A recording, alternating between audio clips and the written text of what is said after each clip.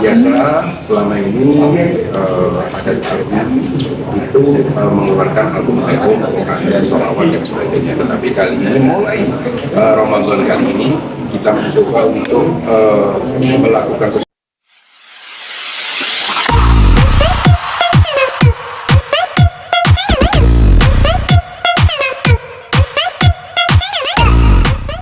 Jika bawain dulu ya. Ada.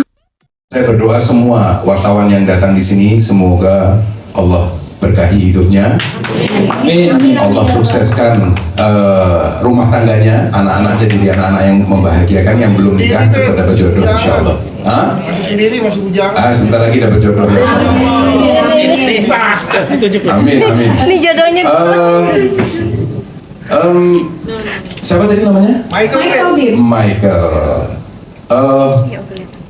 Seperti yang saya sampaikan selalu bahwa berharap ini langkah pertama yang nantinya insya Allah akan diikuti langkah kedua, ketiga, sampai langkah sejuta. Insya Allah seperti itu.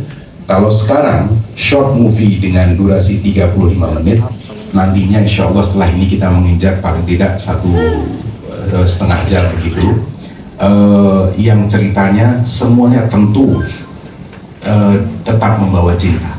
Bahwa kita melakukan membuat film ini tujuannya bagaimana hidup kita bisa hidup dengan cinta bersama Tuhan, terhadap Tuhan dengan cinta, terhadap Nabi dengan cinta, terhadap sesama dengan cinta, terhadap musuh kita pun yang membenci kita, kita juga berekspresi dengan cinta. Itu ya. Yang kedua, tayang di YouTube mulai sore ini jam 5 sudah ditayangkan, insya Allah jam 5 klik YouTube, insya Allah sudah bisa ditonton dan insya Allah bisa memberikan sesuatu yang menyenangkan. Terima kasih. Amin. Terima kasih Abi. Terima kasih. Menjawab ya Mas Michael. Oke, selanjutnya Mas Mika. Kalau saya siap-siap aja ya, Mas Michael. Terima kasih dukungannya, ini didengar mungkin sama Abi Mustafa jadi harapan juga. Jadi saya berapa kali juga ikut terlibat film layar lebar ya, seperti Orpa, Memori Dia dan lain-lain. Cuma memang masih sebagai tim penyutradaran, bukan penyutradaran yang utama. Nanti kedepannya mungkin itu juga jadi cita-cita saya juga untuk ke depan membuat sebuah film yang tadi dengan cinta kita bisa mencintai siapapun ya. Itu sih, seperti itu. Kalau Bang Kevin udah siap nggak tayang di bioskop? Ini filmnya udah lebih dari 3 juta, 4 juta ya? 2.300.000. 2.300.000 waktu maghrib ini Bang Kevin. Iya, jadi film waktu maghrib kemarin juga jadi debut layar lebar pertama saya dengan jumlah penonton 2.300.000, produksi Rabu Film Karya. Dan kalau ditanya siap atau enggak, saya siap. Saya tinggal nunggu Abi. Gitu Mas Michael, terima kasih. Oke, terima kasih. Selanjutnya ada lagi yang mau bertanya rekan media, kami persilakan. Harapan penonton, harapan saya juga tim, sebetulnya itu sama dengan harapan nanti para penonton yang sudah menonton. Maksudnya begini, seperti diceritakan bahwa ketika kita berhubungan dengan orang yang kita cintai, orang yang kita cintai, makhluk, ketika kita diuji oleh yang kita cinta berkali, ujung-ujungnya kita bisa meninggalkan orang itu. Kita bisa putus. Iya, betul. Tetapi pertanyaannya bagaimana kalau yang menguji kita itu adalah Tuhan? Apakah kita akan mengatakan bahwa kita putus dengan Tuhan? Nah, di dalam film ini Imron merasakan hal yang sama, diuji sedemikian rupa berat, sampai kalau saya boleh sedikit membawakan Al-Quran bahwa sampai-sampai orang-orang yang diuji itu sampai bertanya, mata Nasrullah, kapan pertolongan Allah itu tiba? Saking beratnya itu. Nah, yang diperankan oleh Imron ini yang dirasakan juga berat yang luar biasa. Tiba-tiba Tuhan menyapanya. Bagaimana cara Tuhan menyapa? Jawabannya harus berubah. Masya Allah. Tepuk tangan dong untuk Abi Adatawi, luar biasa sekali.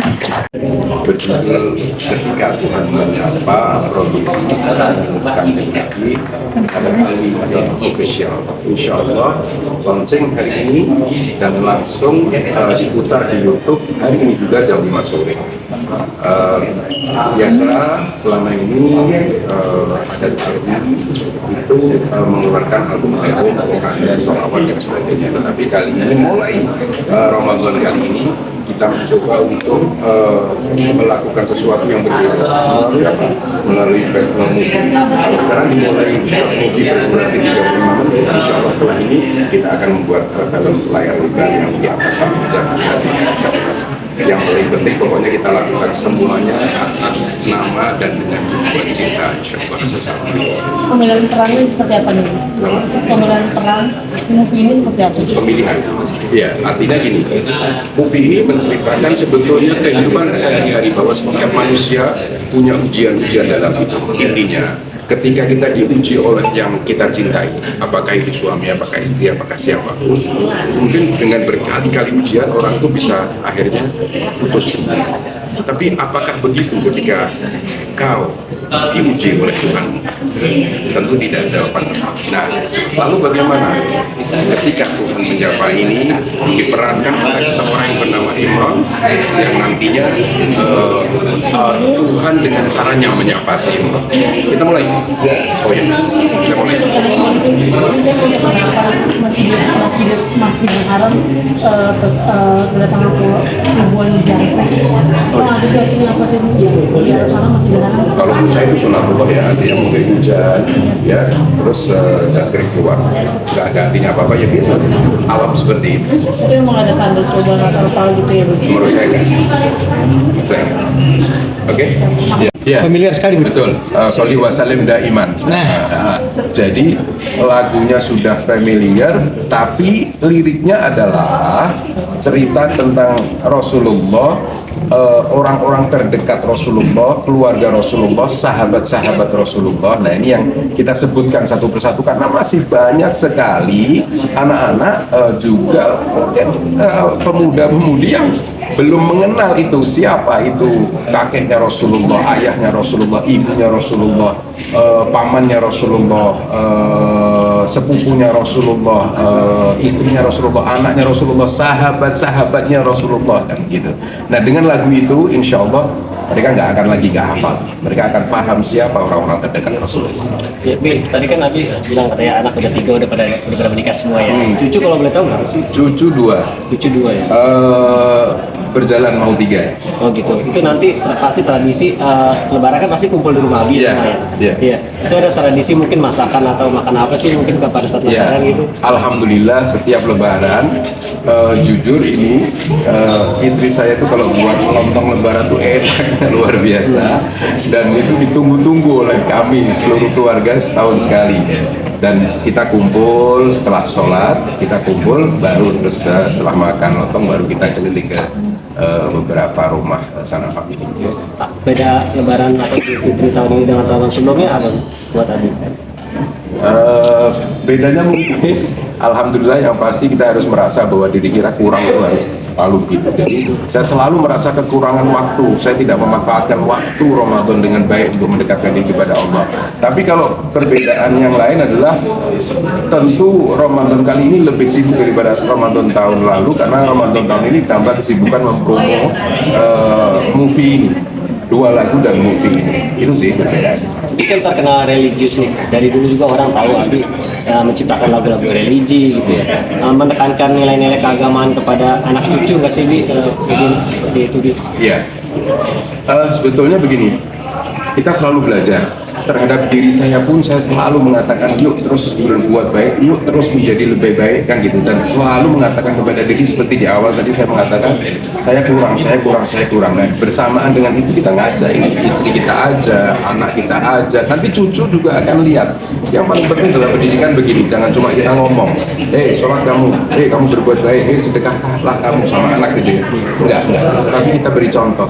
Nah beri contoh itu Intinya lagi, berilah contoh, berbicaralah dengan istri, dengan keluarga, dengan cinta. Kalau kita hidup dengan cinta, insya Allah keluarga pun juga akan tumbuh dengan cinta. Saya pikir itu. Ini kan sekian lama makingnya juga selain film pendek juga ada 2 lagu nih. Nanti apakah akhirnya ke depan nanti bakal ada duet lagi nggak sih sama Sulis? Oh iya, Project selanjutnya insya Allah. Jadi gini, Kangen Kanjeng Nabi atau Hadan Alwi Official ini nanti akan duet dengan beberapa lagu. Kita sudah persiapan banyak. Tentu sudah kita persiapan, saya sudah bicara juga dengan Sulis.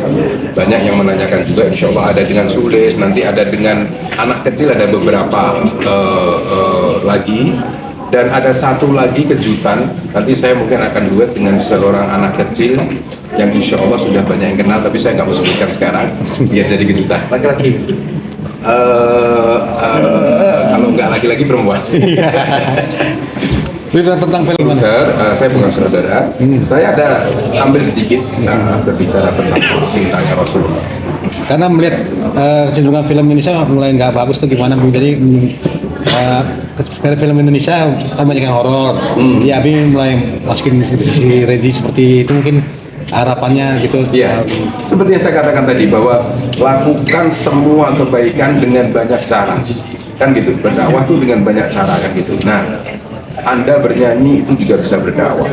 Nah, produser film juga bisa berdakwah. Saya ingin memberikan satu, ayolah suguhkan sesuatu yang indah. Berdakwah juga dengan cara yang indah. Kan movie-movie ini kan juga bisa jadi sarana dakwah, kan gitu. Tapi dakwah yang menyenangkan, orang lihat itu enak, asik tontonannya, tetapi memberikan manfaat juga buat kehidupannya. Tetapi usulan tadi dari teman-teman tadi, film tadi katanya dibuat series dan sebagainya, terima kasih, ini apresiasi yang luar biasa. Udah pada kenal semua sih. Spill. Laki mungkin dari Jawa, langsung ketahuan tuh siapa? Laki-laki atau perempuan saya tidak akan sebutkan, tapi saya sebutkan dari mana. Dari mana? Dari Indonesia. Alright. Film ini sendiri kan kalau tadi kita tonton lebih banyak makna tentang cinta kepada semuanya, baik manusia ataupun Tuhan, dan memang lebih syarat makna akan kedamaian, pesan damai ini sendiri. Nah, alasannya kenapa ambil film ini yang dari novel Abi Mustafa sendiri, padahal kan banyak novel-novel yang lain juga yang kurang lebih hampir sama. Apakah ada kemungkinan lain untuk mengangkat novel yang sama juga atau bagaimana? Iya. Saya ketika membaca novel dari Abi Mustafa itu, jujur aja saya kena dan terus saya membayangkan gitu kan. Saya membayangkan, wah ini kalau difilmkan ini sentuhannya dapat. Saya tidak membaca novel lain, tapi beberapa bahkan novel Mustafa yang lain mungkin kita akan buatkan filmnya juga, karena cukup kuat ya kalau menulis. Mungkin untuk menjaga konsistensi tetap berkarya di umur yang tidak muda lagi, mungkin seperti apa sih menjaga stamina, Keeksisan. Banyak penyanyi-penyanyi baru juga bermunculan. Seperti apa ya? Ya saya mengalir aja. Yang paling penting pokoknya berkaryalah dengan sungguh-sungguh maksimal, semaksimal kemampuan kita, karena kita ini ingin menyuguhkan sesuatu yang bisa dinikmati. Dan insya Allah, satu lagi. Berkarya itu harus, harus smart. Maksud saya smart begini, kita berbicara sama siapa, kita mau suguhkan kepada siapa. Kalau ini lembut-lembut, ada Al-Intirof juga gitu kan, tapi lagu yang terakhir kan lagu meriah gitu kan, bahkan klipnya bergembira. Saya pikir kita kalau berdakwah harus lihat mau disuguhkan kepada siapa, jangan kita dibatasin. Kalau sholawatan harus begini, nanti yang nggak mau gembira, nggak mau dengar sholawat. Kalau saya bebas, tapi yang penting ada batasan-batasannya. Itu mungkin kuncinya. Terakhir ini terkait kan banyak banget dari karya-karya sendiri yang mengangkat musisi anak-anak. Sebetulnya apa alasan terkuat anak-anak ini selalu diajak, kayak tadi Senandung diajak, kemudian yang next ada anak kecil lagi, itu alasannya apa? Apa memang segmennya atau seperti apa? Sebelum saya jawab, saya jadi ingat ketika saya semobil dengan Pak Jokowi. Pertanyaan Pak Jokowi hampir sama. Mas Haddad, apa sih yang ditangkap oleh masyarakat sehingga album-album Anda itu bisa diterima. Saya bilang, Pak Presiden, anak-anak Indonesia ini nggak kurang yang suaranya bagus, amat sangat banyak suaranya bagus. Tapi kalau saya melihatnya harus ada satu hal, apa itu? Dia harus menyampaikannya dari hati, Pak.